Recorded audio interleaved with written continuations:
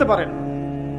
আপনি চাইলে এখন বড় সন্ত্রাসী হতে পারবেন, বড় জেনাকারী হতে পারবেন, আপনি চাইলে টিকটক সেলিব্রিটি হতে পারবেন, আপনি চাইলে এখন আরও খারাপ লাইনে যে মাদক সেবন করতে পারবেন, 30-40টা গার্লফ্রেন্ড চেঞ্জ করতে পারবেন, আপনাকে কেউ বাধা দিবে না। আপনি চাইলে 1-2 হাজার টাকা দিয়ে জেনা করতে পারবেন, উন্মুক্ত সব আপনার জন্য। ইভেন এখন আপনি চাইলে মদও খেতে পারবেন, লাইসেন্স দিয়ে আছে, আপনি করতে পারবেন। এই সময়টা আল্লাহ পাক দেখতে চান আপনি কি করেন। যদি এই সময়টা আপনি আল্লাহর দিকে ফিরে আসেন, আপনি কোরআনের দিকে ফিরে আসেন, সুন্নত অনুযায়ী জীবনযাপন করেন, আপনার জন্য অপেক্ষা করছে জান্নাত। কি চান আপনি সিদ্ধান্ত নেন। শুরুটা হবে অধঃপতনের মেয়ে দ্বারা, মেয়ে দিয়ে অধঃপতন শুরু হবে। মেয়ের সাথে ফ্রি মিক্সিং, প্রেমের সম্পর্ক হয়ে যাবে, এরপর দেখবেন জেনা করে ফেলেছে, তারপর ব্রেকআপ, দুজন হতাশ, কেউ আত্মহত্যা করবে, অথবা কেউ দেখবেন পাইকারি জেনাকার হয়েছে বা রেপিস্ট হয়েছে বা মাদক সেবন করছে বা মিউজিক শুনছে, আস্তে আস্তে আস্তে আস্তে শেষ, লাইফটা শেষ, ক্র্যাশ। এভাবে যুব সমাজ নষ্ট হচ্ছে। অনেক সময় দেখবেন পড়াশোনা করছে, কোনো কারণে রেজাল্ট ভালো হয় নাই, আত্মহত্যা করে বসে আছে। ডে বাই ডে যুব সমাজের সাইকোলজি মেলই হয়ে যাচ্ছে।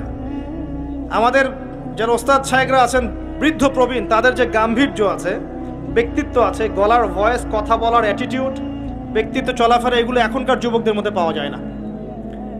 আমার কথা ভালো করে মিলাই দেখেন, এখনকার যুবকদের মধ্যে মেয়েলি স্বভাব আছে, কথা বলবে মেয়েদের মতো, অ্যাটিটিউড কেমন জানি মেয়ে অ্যাটিটিউড, লাজুক লাজুক ভাব, মেয়ে অ্যাটিটিউড, কোনো মানে একটা গায়রত নাই, শৌর্যবীর্য নাই, ফিজিক্যালিও দুর্বল, মানসিকভাবে দুর্বল, শারীরিকভাবে দুর্বল। একটা পাক লাগায় দেন মাঠে দৌড়াইতে, শেষ।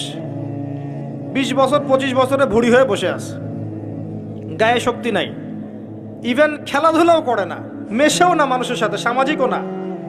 দেখবেন কেমন জানি আনসোশ্যাল, সারাদিন অনলাইনে পড়ে আছে বা গেমস খেলছে, ইন্টারনেট ঘাটাঘাটি করছে, আর রাতের বেলা সারা রাত নগ্ন ছবি দেখছে, সারা রাত। এত ভালো সাজার কারণ নাই, এগুলোতে ম্যাক্সিমামই আসক্ত, ম্যাক্সিমাম। এবং এটা আসক্ত হওয়ার কারণ আছে, এটা তো ফ্রি, অ্যাক্সেস ফ্রি, আপনি চাইলেই করতে পারেন।